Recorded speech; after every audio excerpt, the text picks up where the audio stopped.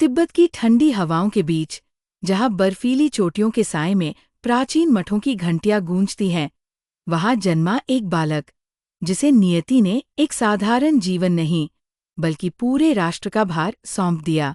ये कोई साधारण कहानी नहीं, बल्कि वॉइस फॉर द वॉइसलेस एक ऐसे योद्धा की गाथा है, जिसने हथियारों से नहीं, बल्कि अहिंसा, करुणा और सत्य के बल पर इतिहास की सबसे कठोर शक्तियों को चुनौती दी।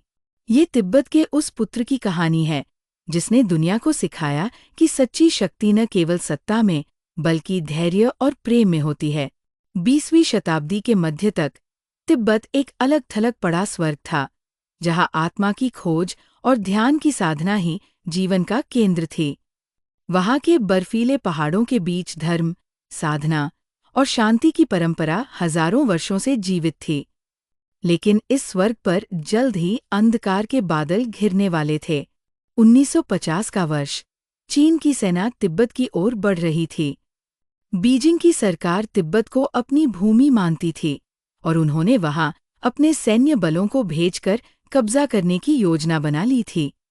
उस समय तिब्बत की धार्मिक और राजनीतिक सत्ता एक ही व्यक्ति के हाथ में थी, 14वें दलाई लामा, जो मात्र 16 वर्ष के थे।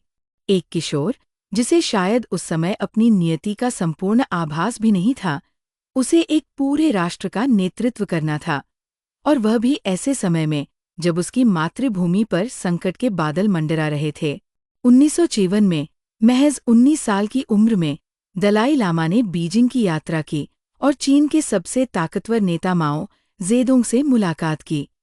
यह मुलाकात उनके लिए न केवल राजनीतिक रूप से, बल्कि आध्यात्मिक रूप से भी एक बड़ा अनुभव साबित हुई।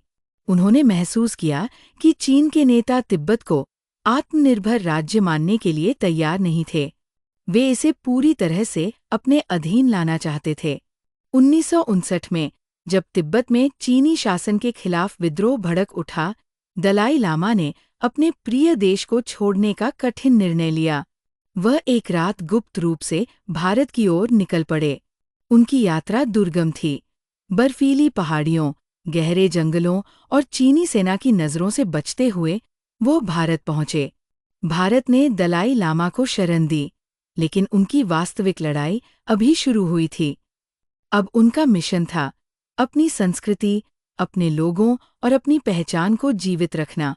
उन्होंने धर्मशाला में तिब्बती सर्कल एक्साइल की स्थापना की, जहां से उन्होंने तिब्बती शरणार्थियों को संगठित किया और उनकी पहचान को बचाए रखने का प्रयास किया।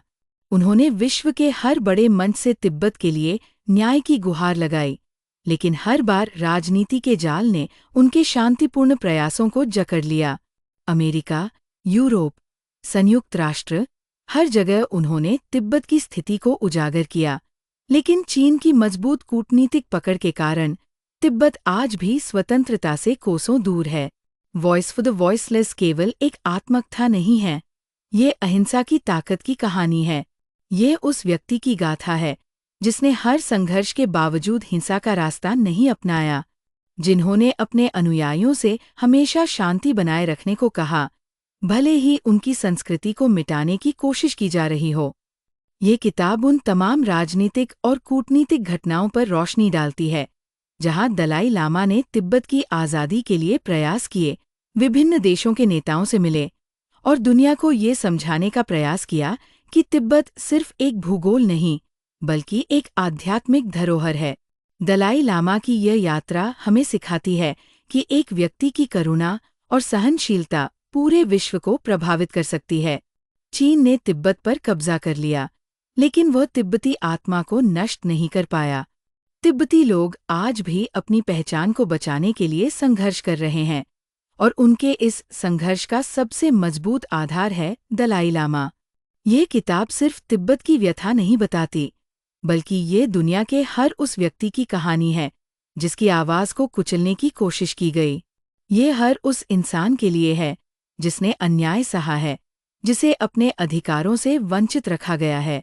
लेकिन अंततः क्या न्याय केवल ताकतवर के लिए होता है? क्या कमजोरों की कोई आवाज़ नहीं होती? या फिर सच्चा न्याय वही है जो शांति और करुणा के रास्ते से हासिल किया जाए? दलाई लामा की ये जीवन यात्रा हमें ये सोचने पर मजबूर करती है कि क्या शक्ति का मतलब केवल सैन्य ताकत है या फिर वो आत्मिक शांति और धैर्य में भी बसती है। ये किताब हमें हमारी ताकत याद दिलाती है। ये हमें सिखाती है कि असली शक्ति किसी को हराने में नहीं, बल्कि खुद को जीतने में है। यह हमें दिखाती है कि एक आदमी जिसकी कोई सेना नहीं, फिर भी एक पूरी सभ्यता को जिंदा रख सकता है। वॉइस फॉर द वॉइसलेस एक आंदोलन है, एक जंग है जो आज भी जारी है। ये एक ऐसे व्यक्ति की कहानी है जिसने अपने लोगों को स्वतंत्रता न दिला पाने के बावजूद उन्हें उनकी पहचान, उनकी संस्कृति और सबसे बड़ी बात, उनकी आत्मा को मरने नहीं दिया। तो क्या आप तैयार हैं इस यात्रा का हिस्सा बनने के लिए? क्या आप उन अनसुनी आवाज़ों को सुनने के लिए तैयार हैं जिन्हें इतिहास की किताबों में दबाने की कोशिश की गई? क्योंकि ये सिर्फ तिब्बत की कहानी नहीं है, ये उस हर आवाज़ की कहानी है जिसे अनसुना कर दिया गया। तिब्बत की यह कहानी सिर्फ एक भूगोल की नहीं, बल्कि एक पूरी सभ्यता, एक संस्कृति और एक आवाज़ की है जिसे कुचलने की कोशिश की गई, लेकिन वो आज भी जिंदा है। दलाई लामा की ये यात्रा हमें ये सिखाती है कि सच्ची ताकत तलवार से नहीं, बल्कि धैर्य और करुणा से आती है। क्या आपको लगता है कि तिब्बत को न्याय मिल पाएगा? क्या अहिंसा ही दुनिया को बदलने का सबसे बड़ा हथियार है?